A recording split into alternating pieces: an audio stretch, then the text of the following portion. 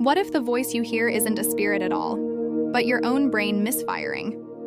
Around the world, thousands of people are treated for possession when they're actually suffering from schizophrenia. The symptoms look almost identical: voices, paranoia, sudden changes in behavior. And that's where belief and science collide. Today, we'll uncover how to truly tell the difference between a mind in distress and the unseen we fear. The idea of spiritual possession has existed for centuries. Across cultures and religions, people have believed that unseen forces, spirits, demons, or shadows, can take control of human behavior. These beliefs are deeply woven into our history and faith. They offer comfort, a way to explain the unexplainable. But sometimes the very signs that are described as spiritual attack, hearing voices, seeing visions, or behaving unpredictably, are also signs of a complex medical condition, schizophrenia. And that's where confusion begins, when we mistake a struggle of the brain for a struggle of the soul. Schizophrenia is not about split personalities. It's a serious mental health condition that affects how a person thinks, feels, and perceives reality. People with schizophrenia may hear voices that others can't hear, see things that aren't there, believe that someone or something is controlling their thoughts, speak in ways that seem illogical or disconnected, show little emotion or withdraw completely from others. To families unfamiliar with mental illness, this behavior can look terrifying, even supernatural. The person may react to unseen things, talk to themselves, or resist prayer. And in fear, families often assume a spiritual force has taken over. But in truth, what's happening is neurological. The brain is misinterpreting signals, creating experiences that feel real, but are not. In many societies, when someone behaves strangely, the first step isn't a doctor, it's a spiritual healer. The family believes something unseen is at work. Prayers are read, rituals are performed, and verses are recited to free the person from possession. This happens out of love and protection. But what often gets lost is time. Crucial time when early diagnosis and treatment could make recovery possible. Without medical care, symptoms grow worse. The person may become more isolated, paranoid, or even violent, not because of spirits, but because their mind is unwell. There are real stories of individuals with schizophrenia who were beaten or restrained during exorcisms, their suffering mistaken for something spiritual.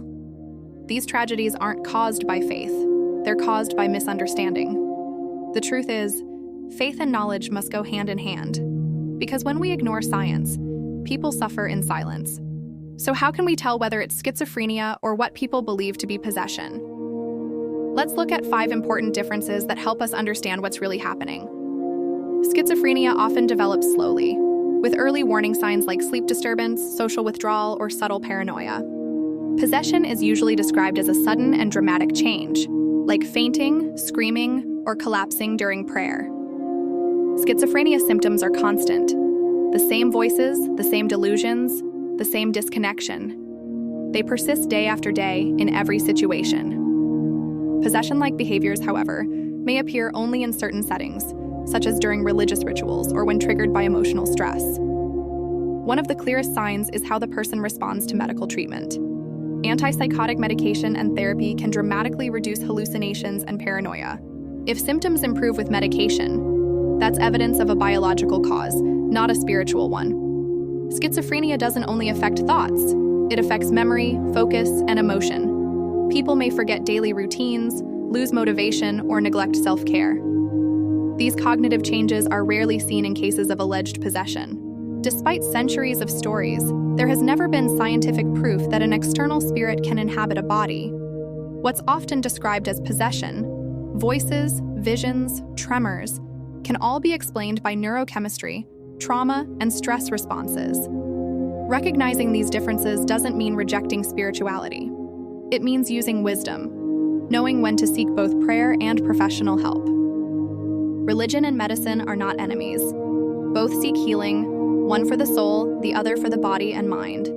Islam, Christianity, and most major faiths teach the importance of knowledge.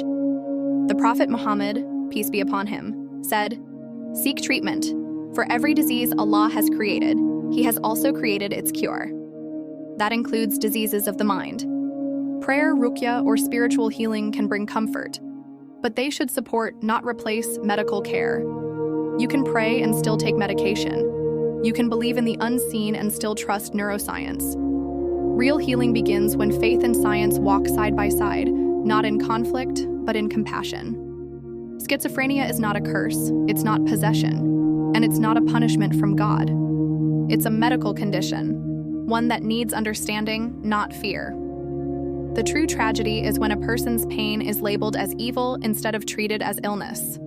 Not every voice is a spirit. Sometimes it's the sound of a mind asking for help. When we respond with knowledge, empathy, and faith, we save lives. Faith and science are not opposites. Ignorance is. If this video helped you see things differently, share it, because someone you know might finally get the understanding they've been waiting for. And don't forget to subscribe and let me know in the comments what topic you'd like me to make the next video on.